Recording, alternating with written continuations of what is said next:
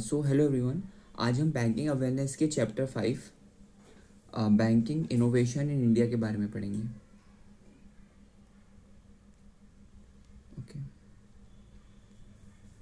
Banking innovation in India के बारे में पढ़ेंगे।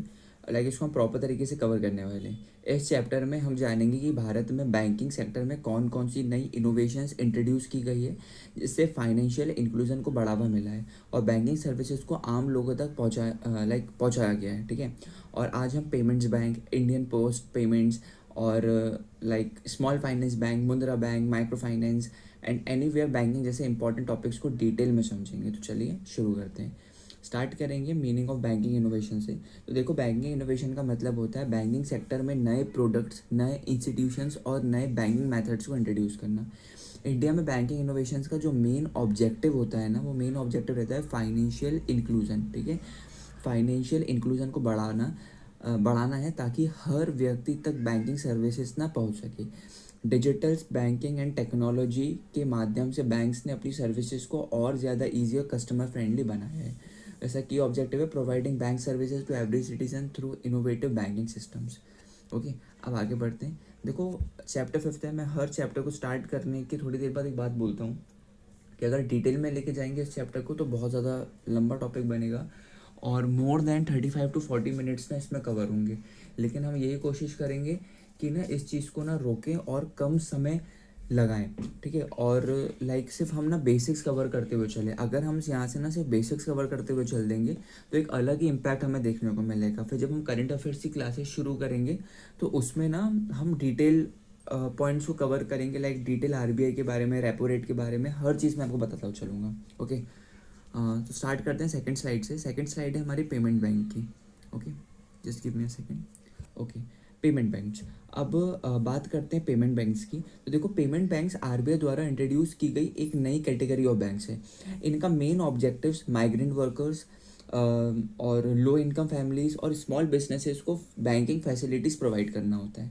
ओके, यहाँ पर और भी बताता हूँ। इसमें पेमेंट्स बैंक सेविंग अकाउंट्स और करेंट अकाउंट ओपन कर सकते हैं। ये एटीएम कार्ड और डेबिट कार्ड ना इशू कर सकते हैं लेकिन लोन नहीं दे पाते हैं। एक कस्टमर पेमेंट बैंक्स में मैक्सिमम 2 लाख तक का ना डिपॉजिट कर सकता है। इंडिया का पहला पेमेंट बैंक्स कौन सा था? एयरटेल पेमेंट बैंक्स था। ओके, आगे बात करते हैं। देखो, यहाँ पर जो भी चीज़ लिखी हुई है ना उसको तुम देखते हुए चलना। Introduce by RBI guidelines to the first payment bank कौन सा था? Airtel payment bank. Main objective इसके तीनों लिखे हुए हैं। मैं क्या कंटिन्यूसली में ना जो मेरे को याद है उस हिसाब से पूरा पढ़ा दूंगा। यहाँ पर सिर्फ तुम स्क्रीनशॉट लेके ना कुछ एक्स्ट्रा टर्म्स में पढ़ सकते हो। ठीक है, आगे बात करते हैं स्लाइड 3 की। स्लाइड 3 में हम पढ़ने वाले हैं। ओके, स्लाइड 3 में हम इंडियन पोस्ट पेमेंट्स बैंक के बारे में पढ़ेंगे, आईपीपी के बारे में। देखो, इंडियन पोस्ट पेमेंट्स बैंक को 1 सितंबर 2018 को ना लॉन्च किया गया था। और लॉन्च किसने किया था? ये किया था प्रधानमंत्री नरेंद्र मोदी ने किया था। ये गवर्नमेंट ऑफ इंडिया की 100% ओन ना इंस्टीट्यूशन है। उसके बाद से आईपीपी का मेन ऑब्जेक्टिव क्या था? आईपीपी का मेन ऑब्जेक्टिव था डोर स्टेप बैंकिंग प्रोवाइड करना है। पोस्ट ऑफिस नेटवर्क और डिजिटल टेक्नोलॉजी के माध्यम से बैंकिंग सर्विसेज लोगों तक पहुंच जाती है, उसके बारे में था। और लास्ट में ये आरबीआई के रेगुलेशन के अंडर ना काम करता है। ठीक है, IPP is govern by RBI. ठीक है, ये चीज़ें मैंने आपको बता दी हैं। आगे बात करते हैं। आगे बात करेंगे हम 4th स्लाइड की, जिसमें हम पढ़ेंगे स्मॉल फाइनेंस बैंक्स के बारे में, SFBS। ठीक है, इसका फुल कभी भी शॉर्ट फॉर्म है SFBs, तो इसका मतलब होता है स्मॉल फाइनेंस बैंक। ओके, तो इसको स्टार्ट करते हैं। देखो, स्मॉल फाइनेंस बैंक्स का जो ऑब्जेक्टिव है वो उन लोगों तक बैंकिंग और क्रेडिट पहुंचाना है जो ट्रेडिशनल बैंकिंग सिस्टम से बाहर है। ये फार्मर्स, एमएसएमई और स्मॉल बिजनेसेस को ना टारगेट करते हैं। पेमेंट्स बैंक के objective small finance bank deposit भी एक्सेप्ट करते हैं और लोन्स भी प्रोवाइड करते हैं। साथ में इंडिया का पहला small finance bank capital small finance bank था। ये फाइनेंशियल इंक्लूजन, देखो लास्ट में लिखा भी है फोकस ऑन फाइनेंशियल इंक्लूजन। ये फाइनेंशियल इंक्लूजन को बढ़ावा देने में बहुत इंपॉर्टेंट रोल ना प्ले करता है। ओके, आगे बढ़ते हैं 5th स्लाइड के साथ। अब हम 5th स्लाइड के बारे में बात करेंगे। 5th स्लाइड है अपनी payment banks versus small finance bank. एक डिफरेंस हम समझते हैं। ओके, सो पेमेंट्स बैंक सिर्फ डिपॉजिट्स एक्सेप्ट कर सकते हैं और पेमेंट सर्विसेज ना प्रोवाइड करते हैं, ये लोन नहीं दे सकते।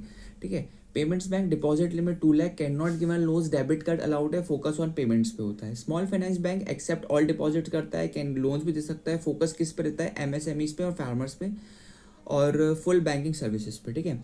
और देखो small finance banks like deposit भी एक्सेप्ट करते हैं, लोन्स भी प्रोवाइड करते हैं। पेमेंट बैंक्स का फोकस डिजिटल पेमेंट्स पर होता है, जबकि स्मॉल फाइनेंस बैंक का फोकस किस पर रहता है? स्मॉल फाइनेंस बैंक का फोकस रहता है वो फार्मर्स और स्मॉल बिजनेसेस और क्रेडिट देना होता है, ठीक है। अब बात करेंगे हम स्लाइड नंबर 6 की, जिसका नाम है मुद्रा बैंक। ओके, मुद्रा बैंक के बारे में बात करेंगे। तो सबसे पहले मुद्रा का फुल फॉर्म होता है micro units development and refinance agency. देखो मुद्रा बैंक को कब लॉन्च किया गया था? ये 8 अप्रैल 2015 को लॉन्च किया गया था। इसका ऑब्जेक्टिव स्मॉल बिजनेसेस और एंटरप्रेन्योर्स को फाइनेंशियल सपोर्ट देना है। ये माइक्रो फाइनेंस इंस्टीट्यूशंस को रिफाइनेंस सपोर्ट भी प्रोवाइड करता है। लास्ट में मुद्रा बैंक प्रधानमंत्री मुद्रा योजना के अंदर काम करता है और सेल्फ एम्प्लॉयमेंट को प्रमोट करता है, ठीक है। ये सारी चीज़ें याद रखना। उसके बाद अब 7th पे जाते हैं, स्लाइड 7। देखो ये स्लाइड्स बहुत ईजी है, इसमें सिर्फ मेन कॉन्सेप्ट हमारा यही है कि हम सिर्फ बेसिक्स कवर कर लेंगे ना, वही बेटर रहेगा।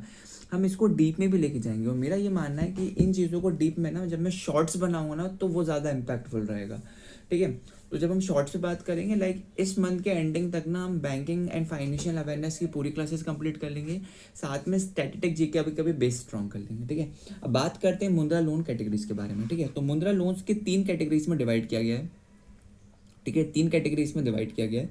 और हाँ, ओके, तो पहला है शिशु कैटेगरी, किशोर कैटेगरी और तरुण कैटेगरी, ठीक है। अब इसके बारे में आपको बताता हूँ कि मुद्रा बैंक्स को 3 कैटेगरीज में डिवाइड करा, ये आप समझिए। कि शिशु कैटेगरीज क्या होता है? नए बिजनेस के लिए लोन देता है, कितना देता है? 50,000 तक का देता है।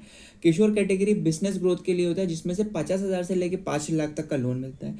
तरुण कैटेगरी में एस्टेब्लिश बिजनेस के लिए 10 लाख तक का लोन होता है, ये बात याद रखना। लास्ट में मुद्रा कार्ड जो होता है वो एक डेबिट कार्ड है जो वर्किंग कैपिटल, एक मिनट सॉरी, हाँ, वर्किंग कैपिटल को मैनेज करने में हेल्प करता है। ओके, नाउ अब हम लास्ट स्लाइड पे आ गए, मे बी इसके लास्ट है ना ये, उसके बाद ना इंपॉर्टेंट एमसीक्यू है, तो लास्ट स्लाइड है हमारी। इसमें हम पढ़ने वाले micro finance and anywhere banking के बारे में, जो मैंने स्टार्टिंग में भी बताया था आपको। तो ये क्या होता है? देखो माइक्रो फाइनेंस का पर्पस लो इनकम और अनबैंक्ड लोगों को फाइनेंशियल सर्विस प्रोवाइड करना होता है, ठीक है, ये बात याद रखना। उसके बाद से micro finance institution collateral free loans provide करता है। ओके, आगे बात करते हैं। साथ में एनीवेयर बैंकिंग का मतलब क्या होता है? लाइक फाइनेंस इंस्टीट्यूशन टूल समझ होगी। एनीवेयर बैंकिंग के बारे में बता देता हूँ मैं। एनीवेयर बैंकिंग का मतलब होता है कस्टमर किसी भी ब्रांच से बैंकिंग ट्रांजैक्शन कर सकता है, रियल टाइम ट्रांजेक्शन पे रहते हैं। साथ में ये फैकल्टी 24/7 मतलब 24 घंटे 7 दिन कन्वीनियंस और फास्ट बैंकिंग एक्सपीरियंस प्रोवाइड करता है, ठीक है। इस बारे में याद रखना। इसके इंपॉर्टेंट मॉडल्स के बारे में बता देता हूँ। SHG यानी सेल्फ हेल्प ग्रुप और JLG joint liability group micro finance के ना इंपॉर्टेंट मॉडल्स हैं, ओके। और यहाँ तक ना पूरा ये टॉपिक कंप्लीट हो चुका है। और अगर आपको इसमें कुछ भी समझ में नहीं आया तो कमेंट सेक्शन में बता देना कौन सी स्लाइड समझ में नहीं आई, उसका एक अलग से मैं वीडियो आपके लिए तैयार कर दूंगा। अब लास्ट में स्लाइड 9 के कुछ इंपॉर्टेंट MCQs कवर कर लेते हैं, जो आपका बेसिक्स और ज़्यादा स्ट्रॉन्ग कर देगा। जो मैंने पढ़ा है उसी से अब रिलेटेड होगा। स्टार्ट करते हैं फर्स्ट वन के साथ, इंडिया फर्स्ट पेमेंट बैंक। तो इंडिया का फर्स्ट पेमेंट बैंक कौन सा था? वो था Airtel payment bank. Airtel payments bank Bharat के पहले पेमेंट्स बैंक था, जिसे RBI की गाइडलाइंस के बाद लॉन्च किया गया था। सेकंड क्वेश्चन की बात करते हैं, जिसमें लिखा है deposit limit in payments bank. तो कितने तक डिपॉजिट थी? हमने पढ़ा था ₹2 लाख। RBI रूल्स के अकॉर्डिंग एक कस्टमर पेमेंट बैंक्स में मैक्सिमम ₹2 लाख तक का डिपॉजिट कर सकता है। थर्ड बात करेंगे हम फर्स्ट स्मॉल फाइनेंस बैंक के बारे में, ओके। तो इसके बारे में बात करते हैं कि एक फर्स्ट स्मॉल फाइनेंस बैंक था, तो वो था कैपिटल स्मॉल फाइनेंस बैंक। आगे बात करते हैं IPBB लॉन्च कब हुआ था? ये लॉन्च हुआ था 2018 में, ओके। आगे बात करते हैं मुद्रा बैंक लॉन्च कब हुआ था? तो मुद्रा बैंक लॉन्च हुआ था आपका 2015 में, ठीक है। देखो मुद्रा बैंक का ऑब्जेक्टिव क्या था? स्मॉल बिजनेसेस और एंटरप्रेन्योर्स को फंडिंग सपोर्ट करना था। Loan up to 50,000 comes under 3 आपको मैंने पढ़ाया था, तरुण, किशोर और शिशु बारे में आपको मैंने बताया था। तो इसमें से 50,000 तक का किसको दिया जाता है? तो ये शिशु कैटेगरी को दिया जाता है। शिशु कैटेगरी नए और स्टार्टिंग स्टेज के बिजनेस के लिए होता है, जिसमें लोन लिमिट 50,000 तक होती है। लास्ट क्वेश्चन पे चलते हैं, जिसमें बोल रहा है कि स्मॉल फाइनेंस बैंक्स कैन, तो इसका आंसर क्या है? इसका आंसर है इसे give loans, okay, give loans, okay. तो small finance bank deposit accept करने के साथ साथ लोन्स भी प्रोवाइड कर सकते हैं, जबकि पेमेंट्स बैंक लोन्स प्रोवाइड नहीं कर सकते। अब लास्ट में आज हमने chapter 5 banking innovation in India को कंप्लीट किया है। अभी टोटल 18 चैप्टर्स हैं हमारे, जिसमें 5 चैप्टर हमारे कंप्लीट हो चुके हैं। इस चैप्टर में हमने payment banks, IPPB, IPPB, small finance banks, मुद्रा बैंक्स, माइक्रो फाइनेंस और एनीवे बैंकिंग जैसे इंपॉर्टेंट टॉपिक्स को समझा। ये टॉपिक्स सिर्फ बैंक एग्जाम्स के लिए ही इंपॉर्टेंट होने वाला है। SBI, IBPS, RRB, RBI के लिए बहुत ज़्यादा इंपॉर्टेंट है। और अब लास्ट में मैंने अभी तक एक भी वीडियो में चीज़ शायद नहीं बोली थी। अगर वीडियो पसंद आई हो तो इस बार लाइक, शेयर, सब्सक्राइब भले ही करो ना करो, कमेंट में प्लीज़ जो भी चीज़ गलत लग रही हो, जो चीज़ पूछनी हो वो ज़रूर बताया करो। बाकी मिलते हैं अगले चैप्टर में। नेक्स्ट चैप्टर होने वाला है चैप्टर 6, बैंकिंग सर्विसेज इंडिया के बारे में पढ़ेंगे। वो भी बहुत प्यारा टॉपिक होगा। तो मिलते हैं नई वीडियो के साथ। तब तक के लिए जय हिंद, जय भारत। ध्यान रखिए, पढ़ाई करते रहिए। मिलते हैं नई वीडियो के साथ।